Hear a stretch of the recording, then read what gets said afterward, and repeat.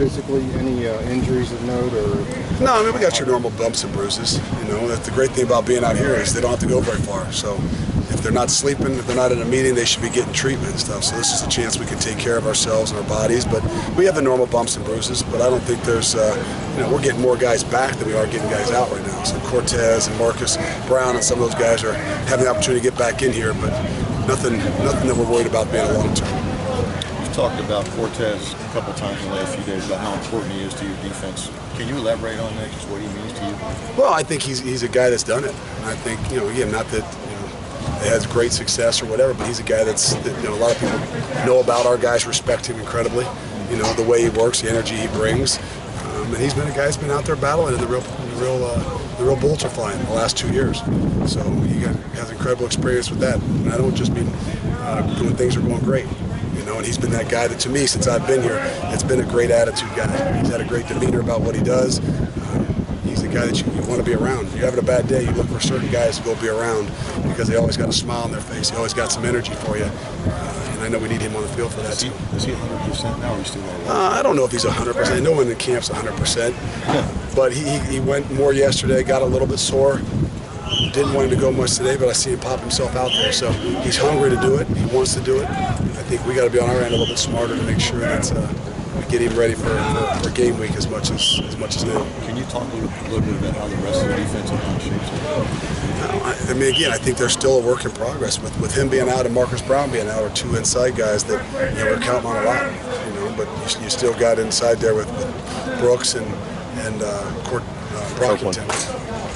Copeland, Marquise Copeland, who to me is a mainstay, and you know, so to have the ability to have some more depth in there. You know, Norman Oglesby's been in there too, but to get some of those guys back, there's going to be 4 guys that I believe can play at a high level.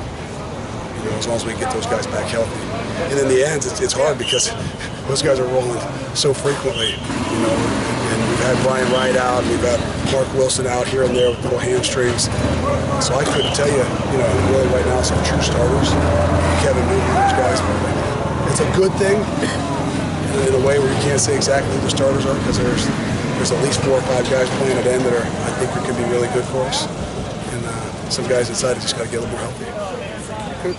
I know you've talked about this before, but your thoughts on the issue with head injuries and concussions, CT. You know, for instance, Boomer Esiason said yesterday he thinks he probably has that he doesn't know. You know, that kind of. I mean, is the game? How do you make it safer? Just your thoughts on all that. I probably have it. You know, who knows? Everybody. There's a lot of people that didn't play football that probably have it. You know, so I mean, it's not something I worry about. I mean, I got 5 young boys that are all going to play the game of football because I think the benefits far outweigh anything I worry about. And I truly believe that. Now, do we have an obligation to try to make the game better? Every day we do. You know, in some of the ways in which we tackle and some of the ways that we practice, I think we do. But I think it's, you know, something that's a little bit hypersensitive right now. Doesn't mean we aren't aware of it. Doesn't mean we don't, you know, incredibly somewhat precaution in the way we do things and the way we, you know, practice. But I feel like it's an incredibly safe game. And I think it's something that every sport, every job has some, you know, possibility, some threats, some hazards. You know, I still think the number 1 cause of maybe death is heart disease. You know, and the great thing about football players and things like that are going to be in pretty good shape. You know, they're going to probably lower their stress levels because they can come out here and do what they do. So they're not going to die of heart disease. But you know, to me, you can't live your life in fear. I think it's a great game. I think it's a really safe game. But I think we're always finding ways to make sure we're better at what we do. You have a reputation when you played of being physical, combative, I guess is the term maybe you want to use. You feel that you see that going away some in some of the talk because of concussion issues? No, I don't. I don't think that's the beautiful thing about football is the game's not going to change. Can you make it safer in the ways you do things? The good old days of the Junction Boys or some of those videos we've seen of guys just lining up in circles and beating people to death. No, that's probably not the smartest thing in the world. And you know, it's not how you do it anymore. But I don't think the game has changed. I don't think we're going to change this game and make it easier or softer or not as combative. It's a violent game, and there's some hazards to it. But I know when I was playing, I worried more about my knees and elbows and Achilles maybe than I do about the long-term effects of you know, concussions. And that's just, I mean, maybe that's me. It's not being naive. But I still think this is an incredibly physical, violent game that the benefits far outweigh anything that you got to worry about. Is Mike Boone going to return kicks again? I don't know that he'll return kickoffs. Could possibly be punts. You know, we got to do a great job of making sure we can get him the ball X amount of times.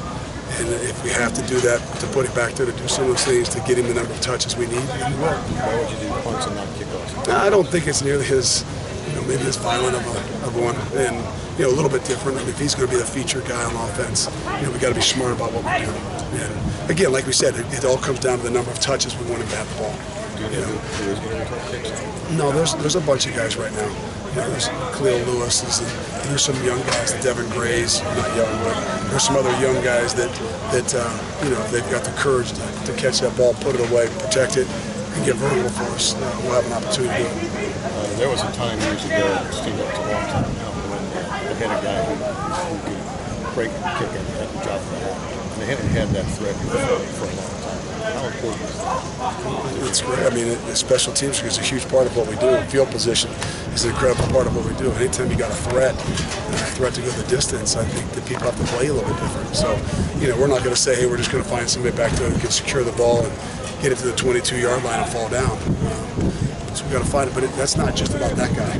That's about those guys up front that are blocking. And I think I've stressed that enough in our special teams meetings to say, hey, if I'm that guy catching the ball back there, I better be able to look up front there and know that I can count on every single one of those guys.